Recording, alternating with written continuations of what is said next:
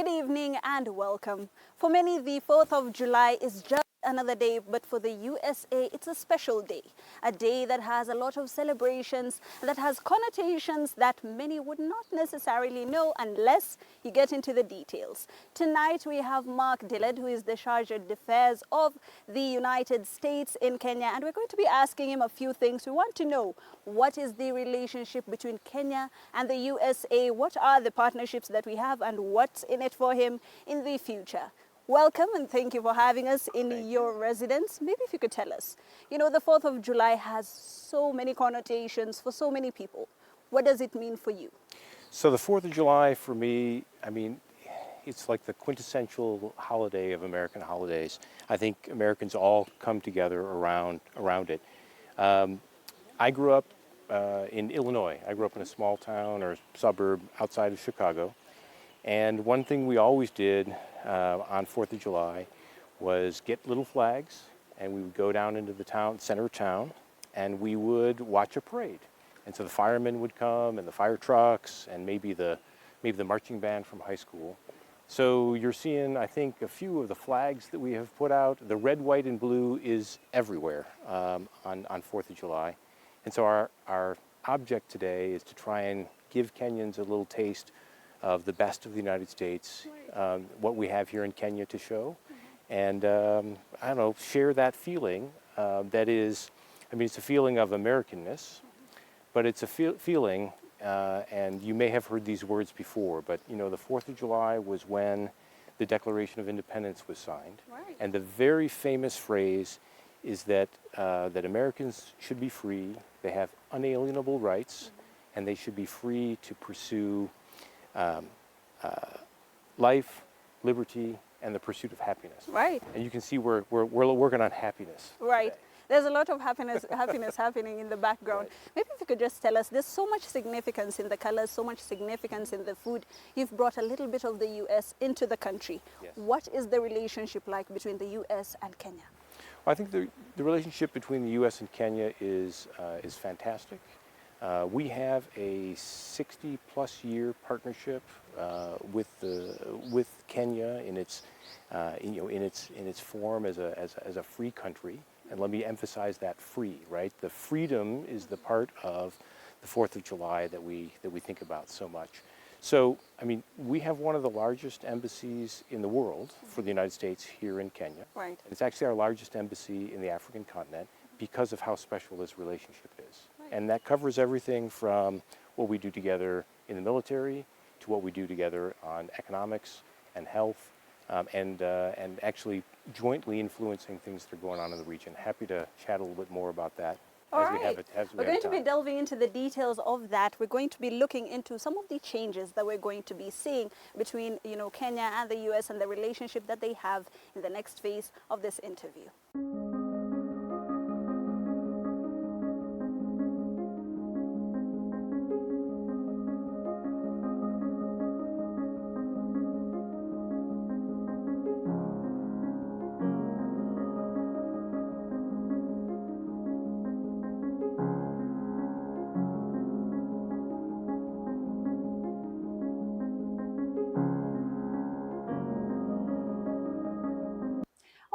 We're talking about the Independence Day of the United States of America and the significance that has for the Kenyan people and the Kenyan nation. Now, we have touched on a few things. One of the things that we're going to be highlighting right now is diplomacy. Diplomacy is very important in different countries, especially considering that Kenya has had a little bit of a scuffle when it comes to the democracy of the people. There was a joint statement, sir, that was released by some embassies and some high commissions just before the June 25th, scuffle that happened and the protests. Maybe if we could just delve into that a little bit. What was the thought behind it? What exactly was it that you were trying to communicate? Sure. Well, let me just be clear that I can't speak on behalf of all those embassies. I'll just speak on behalf of the United States. But one of the things that was really important to me that is part of the statement was a call to all sides to make sure that June 25th, and basically all protests, are nonviolent, that it's peaceful protest. on this topic, which I think, there's a connection here about how people participate in the democratic process. This is really this has been really impressive for me. I'm coming to the end of my 3 years here in Kenya, and one of the things that I will take away is how impressive the democratic institutions of Kenya are, right? And that is, of course, it's an evolving project in Kenya.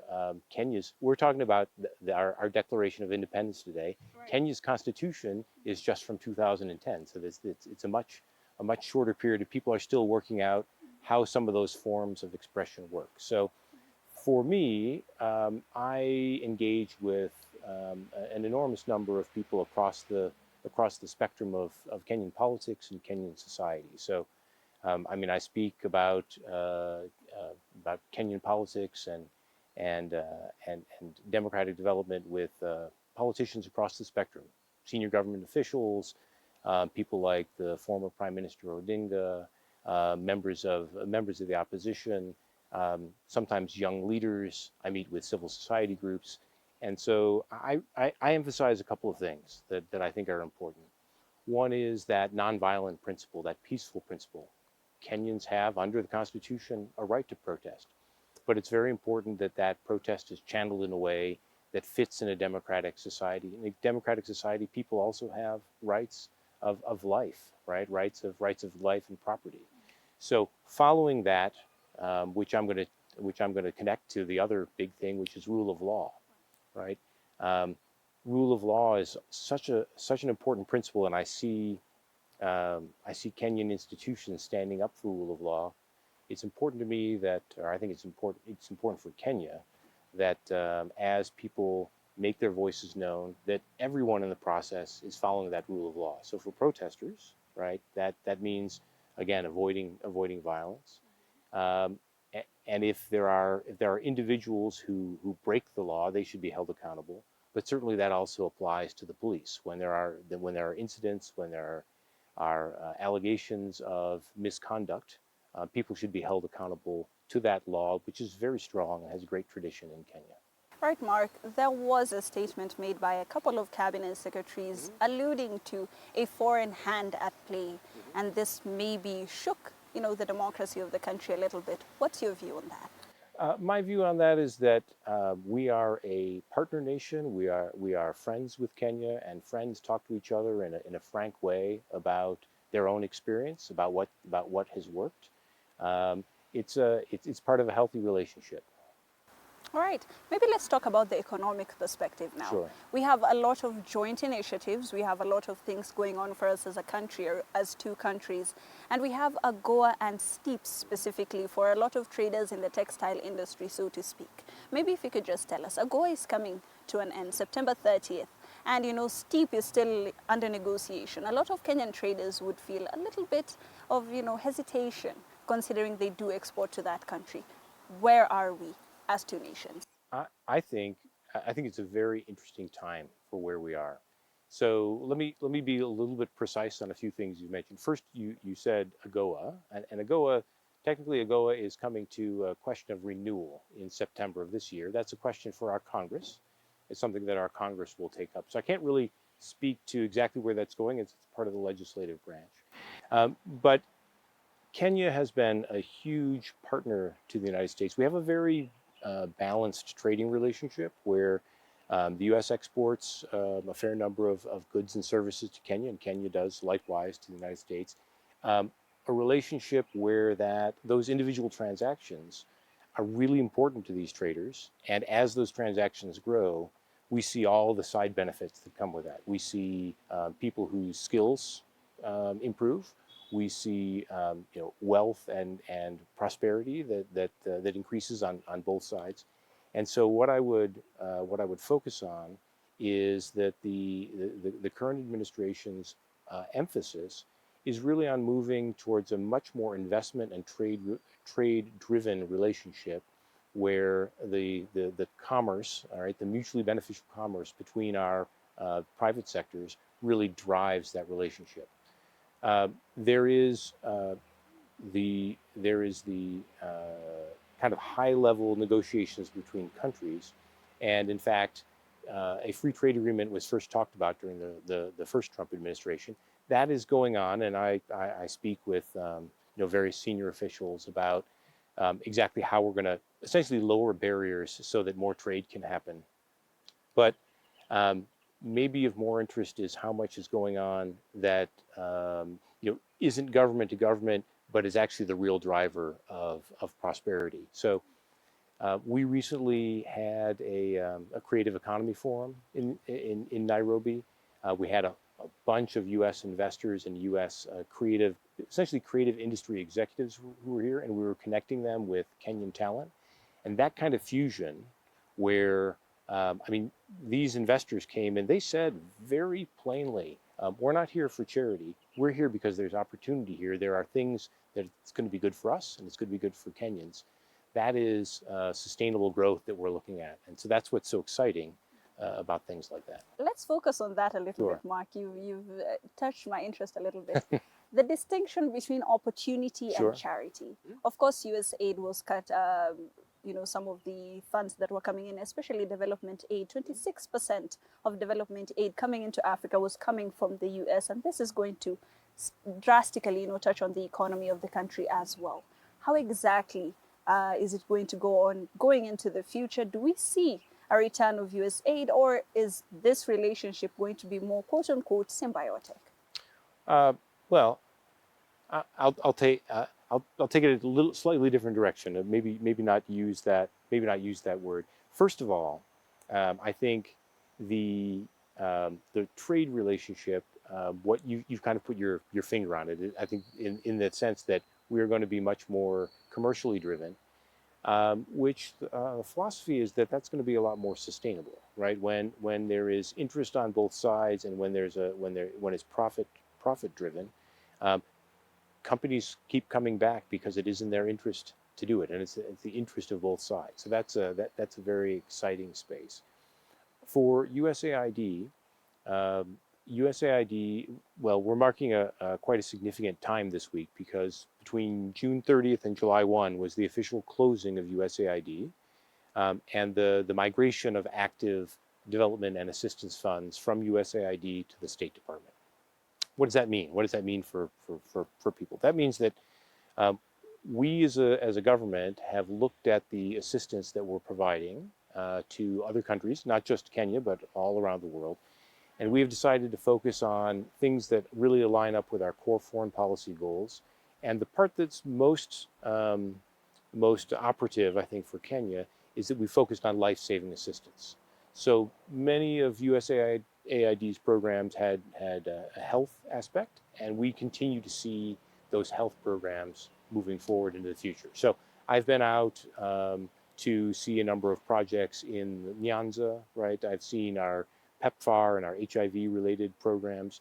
Those programs that work on diagnosis so that people know what their status is. They work on providing antiretroviral drugs, the programs that prevent mother-to-child transmission of HIV, all that have immediate impacts on people's lives and therefore their livelihoods. Those programs are continuing to make their mark. Similarly, in March, I think I was out in northwest Kenya. I visited Kakuma refugee camp and the settlements nearby. There are serious medical needs where we continue to provide this life-saving medical assistance. That's all on the health and humanitarian side. Development is, as we spoke, a shift toward the private sector and that kind of sustainable and inventive and innovative talent and creativity that's going to drive that in the future. Let's focus on talent and creativity. Okay. When it comes to the US, we know that a large percentage of its gross domestic product is run by the creative economy.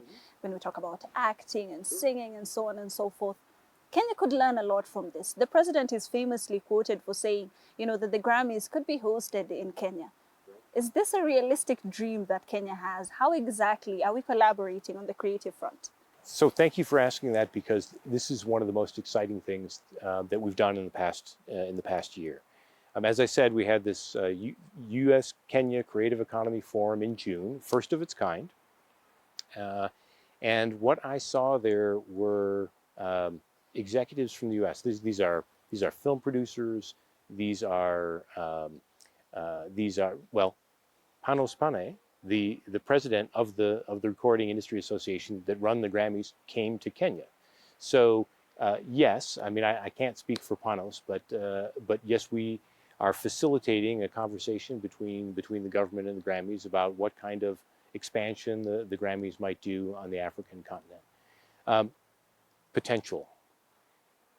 Kenya has already writers that are writing for Netflix, cinematographers. I had the chance to meet one young, very impressive cinematographer out in Mombasa named David Anguka. And you know, he has both. He has a film that is both streaming on Netflix and was Kenya's Academy Awards nominee, right, or nomination for the country. So these are, as I was saying, talent, and it's a voice and it's a perspective that is interested in the creative economy, and we have seen basically proven interest from major market players or significant market players in the United States. The NBA is interested here, as I said. The Grammys are interested. Individual studios from Hollywood. We had the chief operating officer from Tyler Perry Studios who came out to this. So yes, there is a buzz. There is an energy about that. And of course, I get to hang out with these really cool people, including, you know, Kenyan singers, and it's cool that I can't compare with, right? But I get that opportunity, which is great. So the NBA, the Grammys, you know, Tyler Perry Studios, there's a lot to look forward to. They have all expressed interest in Kenya as a market, right? So our power, or our ability sometimes is to bring people together. Sometimes people who may not have thought about the combination. In this case, right, we were actually gathering people who had already independently discerned that Kenya was a hot place to come and to look at. So we just then provided the platform for them to get together and widen the circle of people who get connected into that, and hopefully that sparks the right combination and things take off. We have heard, right, I think it's not well documented yet, but we have heard from Kenyan officials that right now the creative economy is about 5% of Kenya's GDP. And that could be 10% of Kenya's GDP, much like tourism, with a little nudge here and there to get things going in the right way. All right. Speaking of nudging, yes, there are several exchange programs between yes, the U.S. and Kenya. When it comes to these students, the recent travel bans that have been announced makes them a little bit jittery. Let's talk about that relationship going forward. What exactly should, you know, university students or even students who are interested in the US look forward to, people who want to go there and work? Well, okay, I'm biased, but the United States is a cool place to go and study, and we have several thousand students, Kenyan students, who are currently studying in the U.S., and we have a huge number of alumni who have studied and come back, and with a fantastic history going all the way back to Tom Mboya and the Kennedy Airlift. The news now, I would say people should focus on what they bring to the visa interview. So good practice is for people to identify what they're interested in, whether it's a mode of study or a particular university or a career. Make sure that they are applying for the correct visa. And then when they show up for the visa interview, make sure that they can explain in a simple way, why do I want to go, how is it going to be paid for, why will I come back, all right? And the basic is we want to make sure that Kenyans who are visiting the United States follow our laws. Just like when Americans visit Kenya, the Kenyan government expects American tourists here to follow Kenyan laws. That is the best advice, right? Identify what you want to do and make sure that you do it in the proper legal way.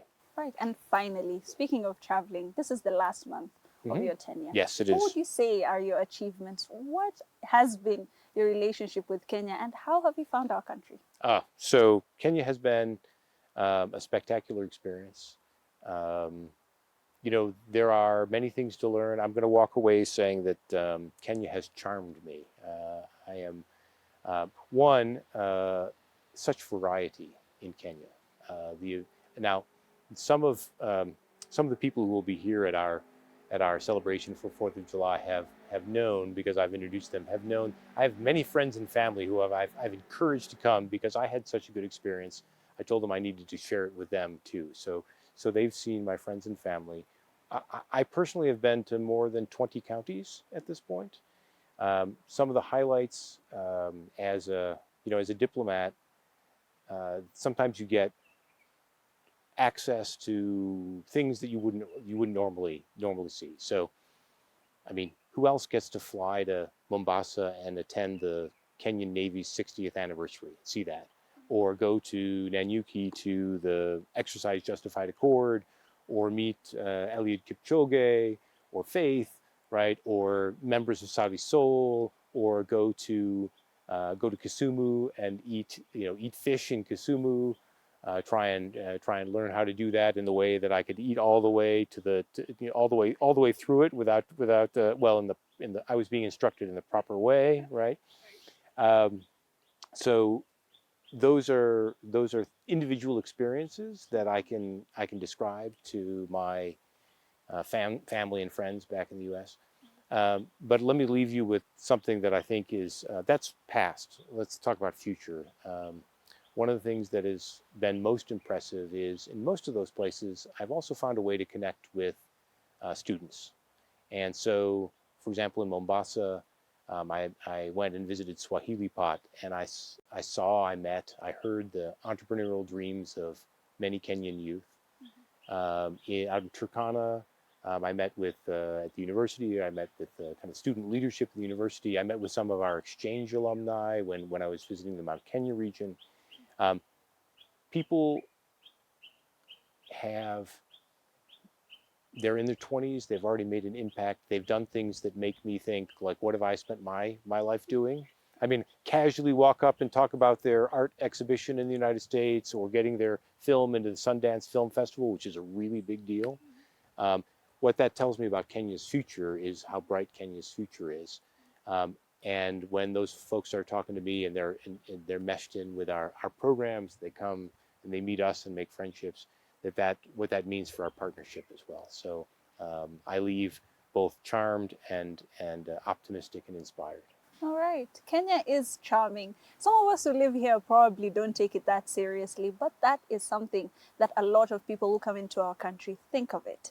The relationship between the US and Kenya is stronger than ever before. And on this, Independence Day, I'm sure for all who are celebrating, this strength is going to be immensified coming in the next years. Thank you so much for joining us. My name is Ibak Said. Have a happy watching.